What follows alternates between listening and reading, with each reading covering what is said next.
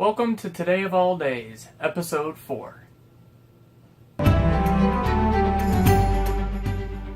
We're back on this day, Today of All Days, Wednesday, May 24th, 2017, and we've got another host of wonderful little holidays to celebrate with you.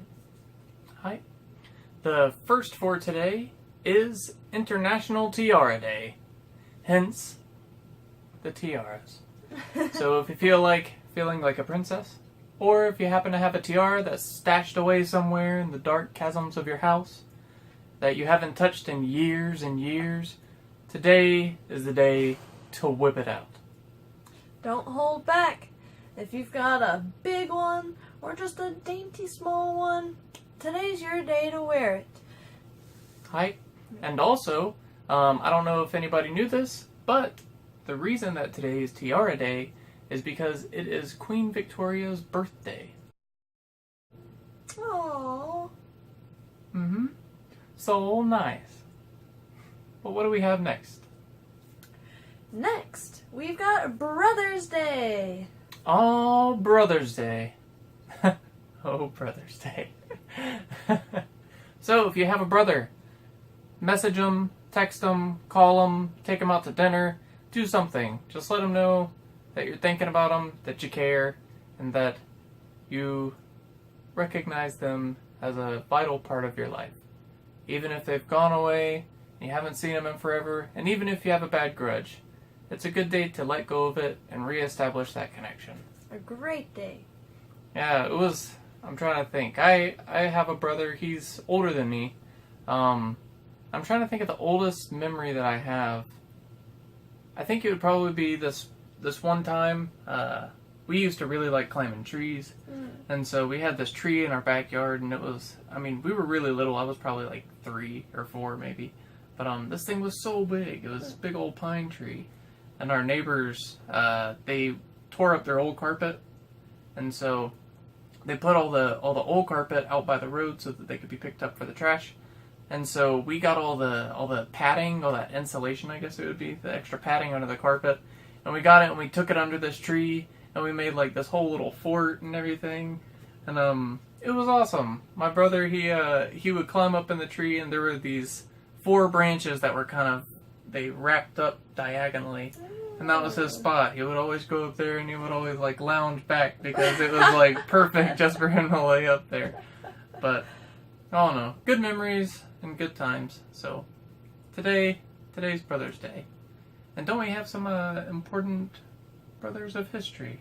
Yes. What would make Brothers' Day better other than spending time with your brothers? I'll tell you what. Thinking back to some of the famous brothers of history and the things that they've accomplished.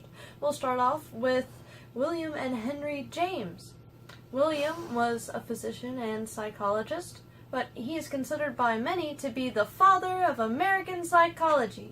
He is the first educator to offer a course in psychology. Very nice. And Henry was an author, and during that time he can be considered the father of a change of literary perspective. He was one of the first authors to use the first-person perspective of the characters of the novel and to get their inner thoughts, their inner dialogue. And one of his most famous works is A Portrait of a Lady. Very nice. Also, we have Orville and Wilbur Wright. The Wright brothers. Yes. Which they were the ones that had the first controlled flight of a powered plane. So I would say that, with everybody traveling around and going crazy, even with the whole fiascos with the airlines recently, overall I would say it's still a positive thing that they helped establish. So. Yes. And when the world told them they couldn't do it, when the world told them they were crazy, 2 brothers worked together to accomplish this. So, don't take your brothers for granted, people. Last but not least, we have the Brothers Grimm, aka Jacob and Wilhelm Grimm. Do you know the Brothers Grimm? Not very well.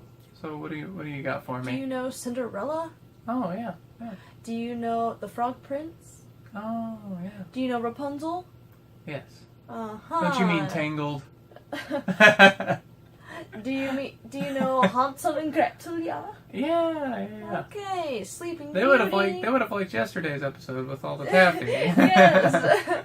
Sleeping Beauty, Snow White, Rumpelstiltskin. The list goes on. They are the originators of those stories that have become the most well-known fairy tales in the world. Crazy.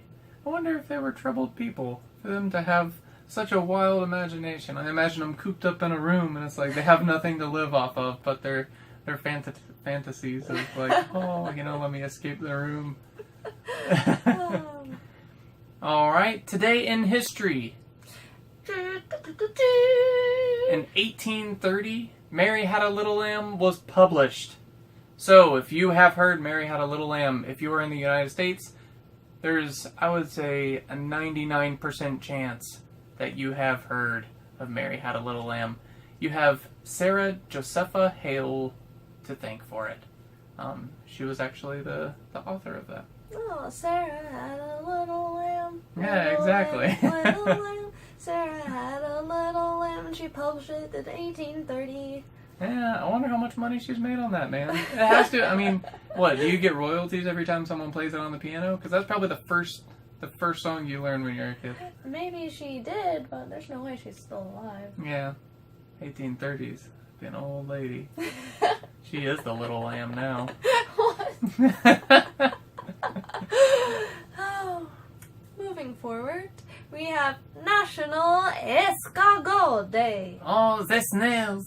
Yes, the snail. Well, escargot actually dates back, at least being called escargot, dates back to 1892. There is also evidence of it being used in prehistoric times.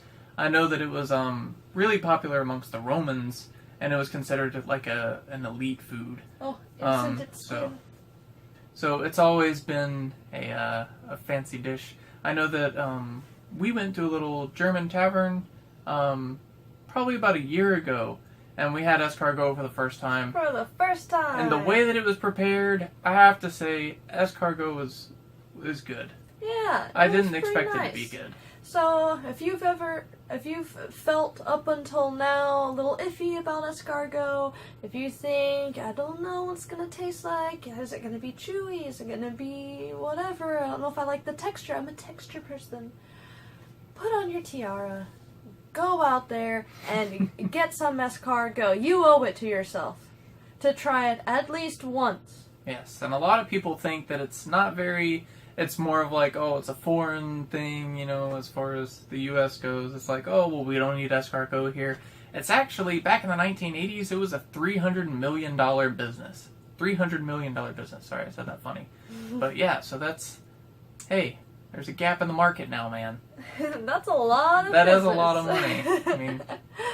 Also, a lot of people think escargot, and they think, oh, that's a French cuisine. It is served in France, however, it is also served in Spain and Portugal and in other countries around the Mediterranean. So, if you're around the Mediterranean, see what you can find. Let us know. Have you been to a Mediterranean country? Italy? Greece? Any of the other ones? Morocco? Do they have escargot? What are they doing? Let us know. Yeah, and also, I would like to know how it's prepared. Because I know the way that we had it, it was covered in like a little sauce and everything, and there weren't shells. They had already pulled the escargot out of the shell and everything, so it was prepared really nicely. But I imagine a bunch of different countries do it differently. Yeah, so. It was almost like little calamari poofs. Yeah, it was nice. But escargot. Escargot. So thank you, snails. Killing it. And what else do we have for today? The last holiday of the day. Oh, the last ones always come around so fast. I know, but everybody needs to go out, look around, maybe even hunt down this holiday. Because it might be hidden in the dark crevices. It could be your town, it could be your house, it could be out in your backyard. But today is Scavenger Hunt Day. Oh, Yes. that makes more sense. Yes. So, get with some friends. Even if you want to, go geocaching. I know that's really fun, especially if you have a good group of people that are quick on their feet and they try to think out things. Because most of the time you'll have like little clues. A bunch of scavenger hunts they'll give you a riddle, and you have to kind of solve it out and be like, oh, well, at least at this location. But yeah. Scavenger hunting. We've gone geocaching a few times with one of our very good friends. It's us three. That's our geocache group. So go out there, make a group, the geocache group, the trio, or the quadrio, or the pentrio. The quartet. The quartet, or the Geocache quartet. Yes. Band name, somebody. Please. Please do it. Go out there, give it a whirl, even if you pull up an app and you only see a couple things around you. It might take 30 minutes. But that's 30 minutes that, what are you going to do? Sit on the computer doing something? Playing video games? Watching us? Yeah. What's wrong with you? Go have a scavenger hunt. Go geocaching. Or set one up for your family or your brothers. Yeah, it's a twofer. We actually had an opportunity recently to do something called Questival.